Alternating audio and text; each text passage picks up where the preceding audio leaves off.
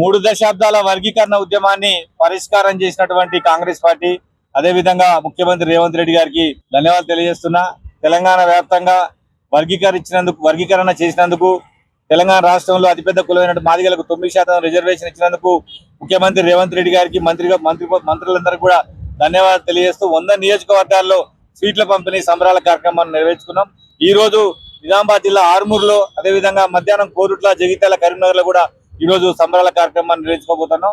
అదేవిధంగా రాష్ట్ర వ్యాప్తంగా అన్ని నియోజకవర్గాల్లో పర్యటించి సంబరాల తర్వాత ముగింపుగా హైదరాబాద్ లో సీఎం రేవంత్ రెడ్డి గారు ఆధ్వర్యంలో జరగబోయే మాదిగ విద్యుత్ సభను కూడా జయప్రదం చేయాలని మాదిగలందరూ కూడా తెలియజేస్తా ఉన్నా.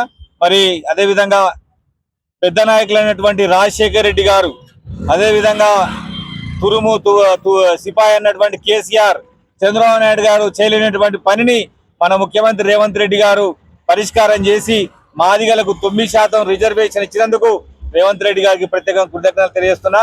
మాదిగలు ఎప్పుడు కూడా మీకు రుణపడి ఉంటారని, అదేవిధంగా వచ్చే ఏ సందర్భంలోనైనా మాదిగ జాతి కాంగ్రెస్ వెంట ఉంటుందని ఈ సందర్భంగా తెలియజేస్తా ఉన్నా.